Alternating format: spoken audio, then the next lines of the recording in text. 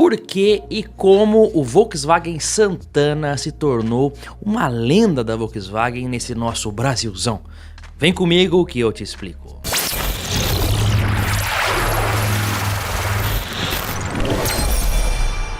Olha só, meus amigos, bem-vindos, a esse canal que traz literatura automotiva e nostalgia. Volkswagen Santana, um assunto em que eu me sinto muito à vontade para falar, gosto bastante, afinal, já estou no meu 6º Santana. Se inscreva no canal se não for inscrito, aqui nesse canal tem vídeos de Santana adoidado. Também por estar agora no 6º Santana, eu me peguei pensando há poucos dias, o que tornou o Santana esse mito, essa lenda, um carro tão querido, tão popular no Brasil? Para responder essa pergunta, eu vou levar agora todos vocês de volta ao passado. Na década de 70, o segmento de carros de luxo no Brasil era composto por veículos como o Ford Galaxy, depois o Landau, os Dojões, os Opalas, o Alfa Romeo 2300. Com a virada para os anos 80, começou a acontecer ali uma mudança no mercado, onde chegaram carros menores, com motores menores e mais eficientes. Era o fim daquela era dos V8, motores grandes, e o início de um novo momento, motores 4 cilindros e também mais focado em economia de combustível. Carros que são exemplos disso, nós temos, por exemplo, o Chevrolet Monza, o Ford Escort e até o Del Rey, que era um carro menor, e com a proposta ali do Landau. Ele não substituiu o Landau, mas ele atendia o mercado de luxo também e era um carro bem menor. A Volkswagen, líder do mercado, disparada inclusive, devido em grande parte ao sucesso do Fusca, não tinha um representante muito claro no segmento de luxo. A única opção mais condizente com isso, na realidade, era o Passat LSE de 4 portas, que era vendido mesmo como uma ideia ali mais executiva. Esse modelo ocupou o posto de carro de maior luxo da marca até 1984, quando chegou o Santana, que aí sim marcou a entrada definitiva da Volkswagen nesse segmento. Ele chegava para brigar com os concorrentes Monza e Del Rey. Considerando o contexto da época, eram concorrentes de peso. É bem verdade que o Santana não conseguiu superar o fenômeno que foi o Monza, principalmente entre 84 e 86, quando ele foi o carro mais vendido no Brasil. O Monza foi o único carro médio de luxo a conseguir esse feito de ser o carro líder do mercado por 3 anos consecutivos, meus amigos. De fato, um grande sucesso. Já o Del Rey compensava o seu pouco empolgante desempenho do motor 1.6 CHT com um acabamento interno, um padrão de acabamento muito luxuoso, muito refinado, e também itens tecnológicos para a época, como o relógio e cronômetro digital no teto e o painel ali bem completo também com 6 manômetros. O Santana representou um enorme salto para a Volkswagen, que até então era lembrada por carros como Fusca, Brasília, Gol, Passat. O Santana elevou a imagem da fabricante ao segmento de sedãs sofisticados. Na minha visão, os atributos que ajudaram a construir essa imagem, essa boa imagem que o Santana teve ao longo de todo o período, foram, por exemplo, a boa imagem, a credibilidade que a Volkswagen já tinha, construiu ao longo dos anos, uma marca líder de mercado. Outro fator, a tecnologia do projeto. Motor AP 1.8, câmbio de 5 marchas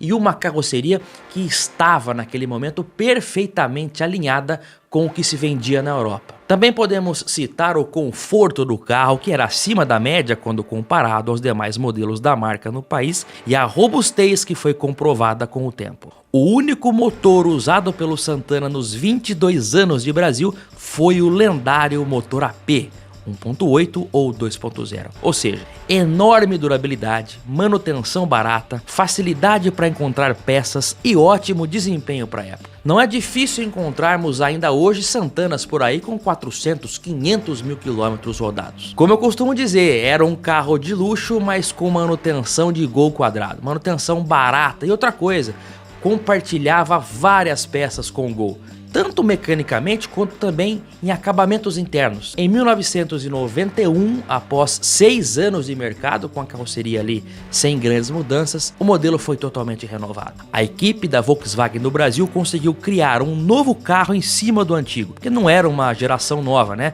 A evolução verdadeira do nosso Santana seria o Passat B3, que nunca foi vendido aqui oficialmente. No Brasil, eles criaram uma nova dianteira, nova traseira, um novo interior e até a remoção da já antiquada calha de chuva no teto. Mas se notarmos as portas, vemos que são as mesmas. Era a mesma carroceria, porém totalmente nova. Um trabalho que foi muito mais profundo se compararmos com o Monza Tubarão, por exemplo, onde só renovaram a frente e a traseira, mas o interior e as calhas de chuva foram mantidas. O Santana dos anos 90, embora mais avançado que o antigo, não tinha o mesmo status, pois nesse período todos os nacionais acabaram sendo um pouco ofuscados pela invasão dos importados, principalmente entre 94 e 95. Aliás, na minha opinião, foi pouco depois desse período que o Santana teve o seu auge no Brasil. O modelo Exclusive do ano de 1997 trazia pela primeira vez a ótima injeção MI da Volkswagen e ainda mantinha o excelente acabamento interno dos antigos GLSI. O melhor dos dois mundos, né? Porque até 96 o Santana usava a injeção Ford, aquela FIC, e 97 foi o primeiro MI,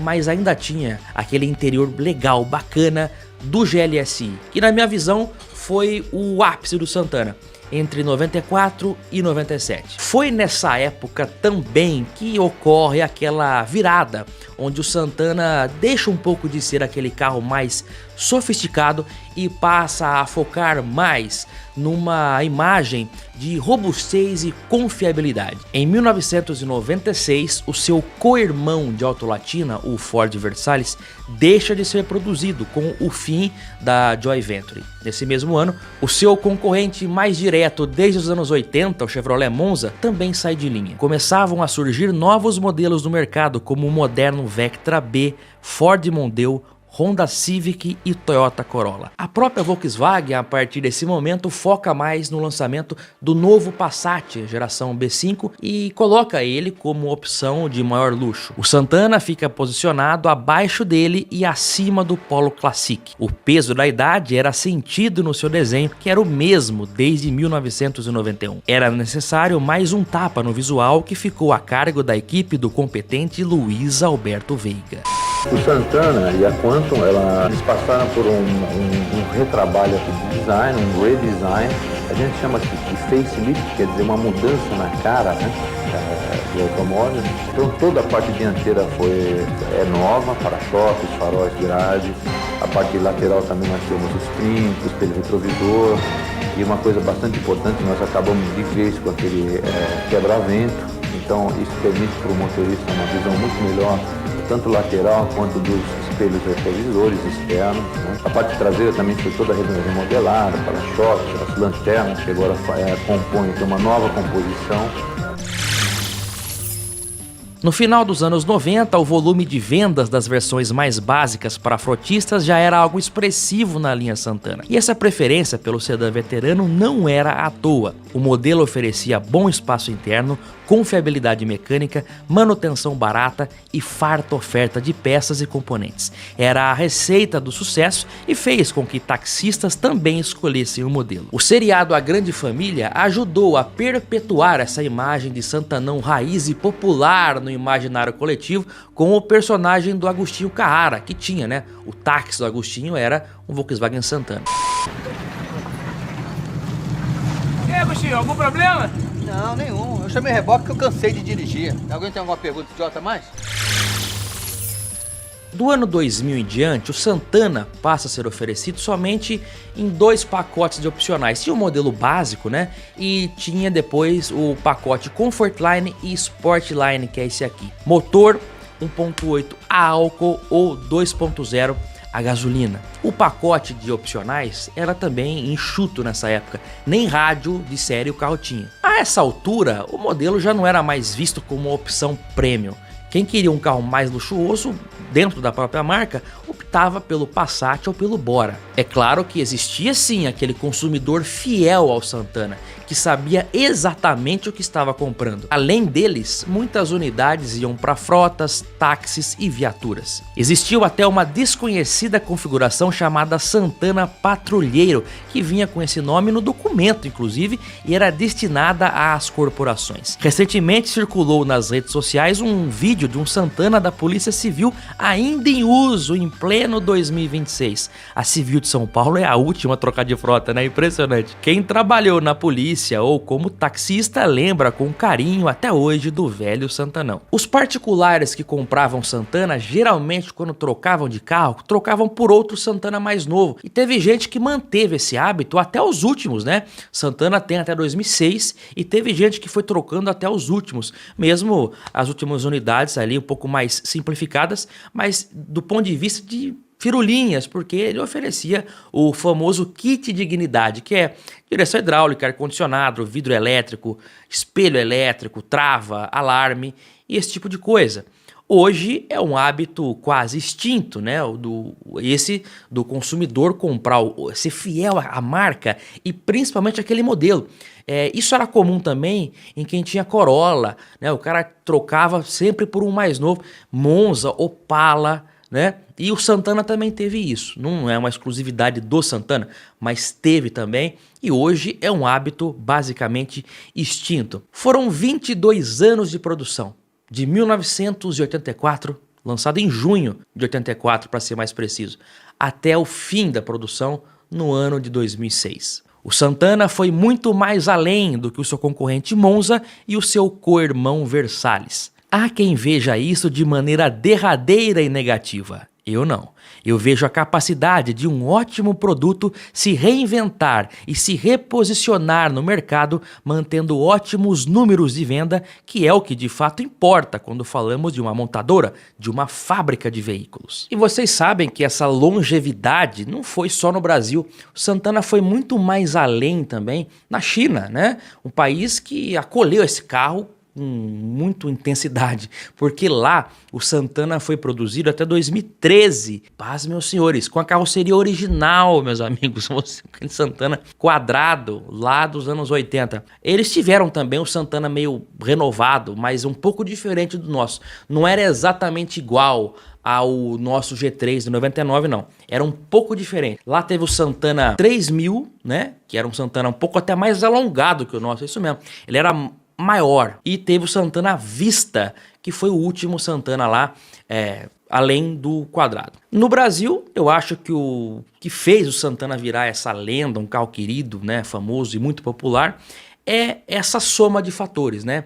Como, por exemplo, o Santana, o primeiro carro de luxo da marca no Brasil. O primeiro carro da marca a receber o motor AP 2.0. Antes mesmo do Gol GTI. Foi também o primeiro veículo nacional com freio ABS e depois, num segundo momento, uma opção bastante popular entre frotistas. Robustez mecânica, manutenção barata e acessível. Quem teve um Santana lembra com saudade e quem tem, gosta e geralmente não pretende se desfazer ou quando se desfaz é para pegar um melhor, como foi meu caso também em algumas situações.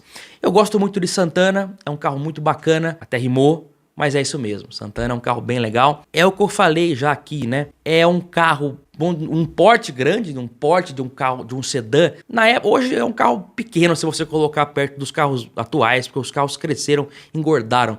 Mas era um sedã grande com manutenção de Gol, né? Manutenção barata, confiável, robusta. E é um carro que está, sem dúvida, no meu coração. E é uma lenda, é um carro, se você citar aí os carros mais emblemáticos dos anos 80, sem dúvida, o Santana vai estar por meio. E outra coisa, o canal PL também fornece para você laudo de placa preta. Quer colocar a placa preta no seu carro? Fale comigo. Mas é o seguinte, tem que ser região aqui que a gente consiga atender. Não pode ser muito longe. É região daqui do estado, o estado de São Paulo, interior, nesse raio de Campinas e Ribeirão Preto. Nós vamos até você. Entre em contato conosco e garanta já a placa preta para o seu clássico.